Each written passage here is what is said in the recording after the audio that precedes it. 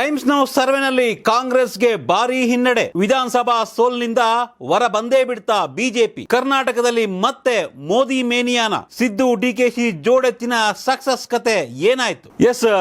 ಈಗ ಇಡೀ ದೇಶಾದ್ಯಂತ ಲೋಕಸಭಾ ಚುನಾವಣೆಯ ಫೀವರ್ ಜೋರಾಗ್ತಾ ಇದೆ.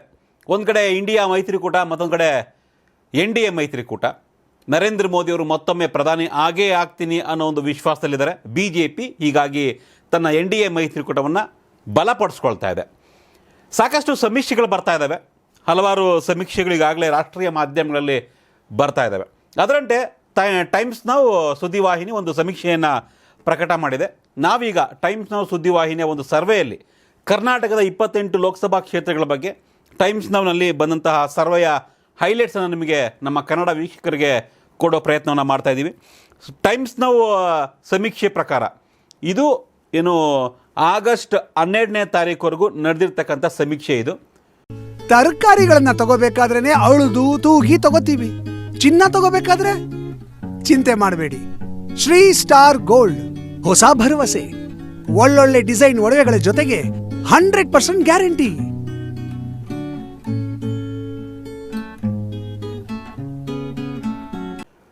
ಜುಲೈ ಮತ್ತು ಆಗಸ್ಟ್ ಈ ಒಂದು ತಿಂಗಳ ಆಗಸ್ಟ್ 12ನೇ ತಾರೀಕುವರೆಗೂ ನಡೆದಿರ್ತಕ್ಕಂಥ ಸಮೀಕ್ಷೆ ಇದು.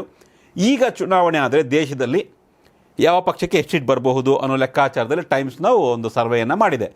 ಕರ್ನಾಟಕದಲ್ಲಿ ಈಗ ಲೋಕಸಭಾ ಚುನಾವಣೆಗೆ ಎಲೆಕ್ಷನ್ ಆದರೆ 28 ಲೋಕಸಭಾ ಕ್ಷೇತ್ರಗಳಲ್ಲಿ BJP 18ರಿಂದ 20 ಸ್ಥಾನ ಗೆಲ್ಲುತ್ತೆ ಅನ್ನೋದು ಟೈಮ್ಸ್ ನೌನ ಸರ್ವೆ.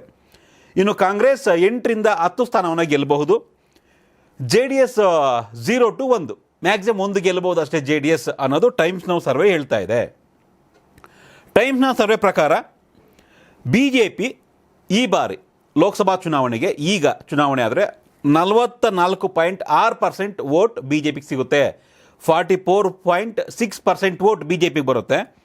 ಕಾಂಗ್ರೆಸ್ಗೆ 43.3% ವೋಟು, 43.3% ವೋಟ್ ಕಾಂಗ್ರೆಸ್ಗೆ ಸಿಗಬಹುದು. JDSಗೆ 8.9% ವೋಟ್ ಸಿಗಬಹುದು.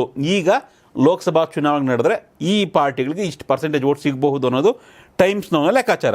ಇನ್ನು 2019ರಲ್ಲಿ BJPಗೆ ಲೋಕಸಭಾ ಚುನಾವಣೆಯಲ್ಲಿ 51.7% ವೋಟು ಕರ್ನಾಟಕದಲ್ಲಿ ಬಂದಿತ್ತು. ಅದರ ವೋಟ್ ಶೇರ್ ಈಗ ಕಡಿಮೆ ಆಗಿದೆ.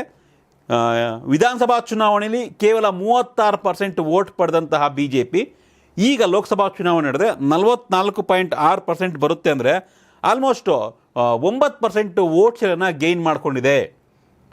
ಡೆಫಿನೆಟ್ಲಿ 9% ವೋಟ್ ಶೇರನ್ನು ಗೇನ್ ಮಾಡಿಕೊಂಡಿದೆ BJP ಕಂಪೇರ್ಡ್ ಟು ವಿಧಾನಸಭಾ ಚುನಾವಣೆಗೆ ಹೋಲಿಕೆ ಮಾಡಿಕೊಂಡ್ರೆ ಅನ್ನೋದು ಟೈಮ್ಸ್ ನೌ ಲೆಕ್ಕಾಚಾರ. 2019ರಲ್ಲಿ ಕಾಂಗ್ರೆಸ್ಗೆ ಕೇವಲ 32% ವೋಟ್ ಬಂದಿತ್ತು ಲೋಕಸಭಾ ಚುನಾವಣೆಯಲ್ಲಿ. ಈ ಬಾರಿ ಕಾಂಗ್ರೆಸ್ 43.3% ವೋಟ್ ಪಡಿಬಹುದು ಲೋಕಸಭಾ ಚುನಾವಣೆಗೆ ಅಂತ. ಈಗಾಗಲೇ 43% ವೋಟ್ ಶೇರನ್ನು ವಿಧಾನಸಭಾ ಚುನಾವಣೆಯಲ್ಲಿ ಕಾಂಗ್ರೆಸ್ ಪಡ್ಕೊಂಡಿತ್ತು. ಅಂದರೆ ಅಷ್ಟು ದೊಡ್ಡ ಮಟ್ಟದ ಬದಲಾವಣೆ ಕಾಣಿಸ್ತಾ ಇಲ್ಲ. ಸೇಮ್ ಅಷ್ಟೇ ವೋಟ್ ಶೇರನ್ನು ಉಳಿಸ್ಕೊಳ್ಬಹುದು ಕಾಂಗ್ರೆಸ್. ಬಟ್ BJP ತನ್ನ ವೋಟ್ ಶೇರನ್ನು ಜಾಸ್ತಿ ಮಾಡ್ಕೊಳ್ತಾ ಇದೆ. ಸುಮಾರು 8ರಿಂದ 9% ವೋಟ್ ಶೇರ್ ಜಾಸ್ತಿ ಆಗ್ಬೋದು. ಎಲ್ಲಿಂದ ಪಡಿತಾ ಇದೆ ವೋಟ್ ಶೇರ್ ಅಂದರೆ ಈ JDS ವಿಧಾನಸಭಾ ಚುನಾವಣೆಯಲ್ಲಿ 14% ವೋಟ್ ಪಡ್ಕೊಂಡಿತ್ತು. ಈಗ ಅದರ ವೋಟ್ 8.9 ಅಥವಾ 8ರಿಂದ 9% ಮಾತ್ರ ವೋಟ್ ಸಿಗಬಹುದು. ಇಲ್ಲೊಂದು 5ರಿಂದ 6% ವೋಟ್ ಶೇರ್ JDSನ ವೋಟ್ ಶೇರ್ BJPಗೆ ಬರ್ತಾ ಇದೆ. ಆಮೇಲೆ ಅದರ್ಸ್ ಒಂದು 4% ವೋಟ್ ಶೇರ್ BJPಗೆ ಬರ್ತಾ ಇದೆ. ಸೊ ಹಾಗಾಗಿ ಲೋಕಸಭಾ ಚುನಾವಣೆಯಲ್ಲಿ ಕಾಂಗ್ರೆಸ್ಗಿಂತ BJP ಅತಿ ಹೆಚ್ಚಿನ ಮತವನ್ನು ಪಡಿಬಹುದು ಅನ್ನೋದು ಟೈಮ್ಸ್ ನೌನ ಲೆಕ್ಕಾಚಾರ.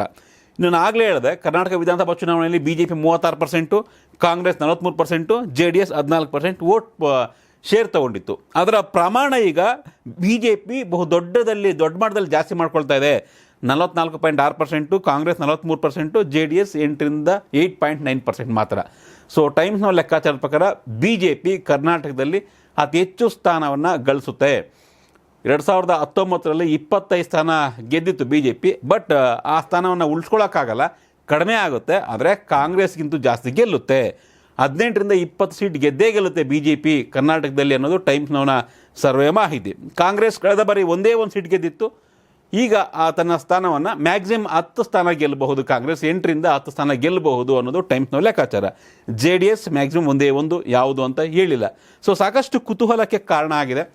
ಈಗಾಗಲೇ ಕರ್ನಾಟಕ ಸರ್ಕಾರದಲ್ಲಿ ಕಾಂಗ್ರೆಸ್ ತನ್ನ ಗ್ಯಾರಂಟಿ ಸ್ಕೀಮ್ಗಳಿಂದ ಜನರಿಗೆ ಹತ್ರ ಆಗ್ತಾ ಇದೆ. ಇಂಥ ಟೈಮಲ್ಲಿ ವಿಧಾನಸಭಾ ಚುನಾವಣೆಯನ್ನು ಕರ್ನಾಟಕದ ಜನ ಕಾಂಗ್ರೆಸ್ ಪರವಾಗಿ ಕೊಟ್ಟು, ಇದೇ ಸಿದ್ದರಾಮಯ್ಯ, ಇದೇ ಡಿ ಕೆ ಶಿವಕುಮಾರ್ ಮುಖವನ್ನು ನೋಡಿ ಕರ್ನಾಟಕದ ಜನತೆ ಕಾಂಗ್ರೆಸ್ಗೆ ವೋಟ್ ಕೊಟ್ಟರು.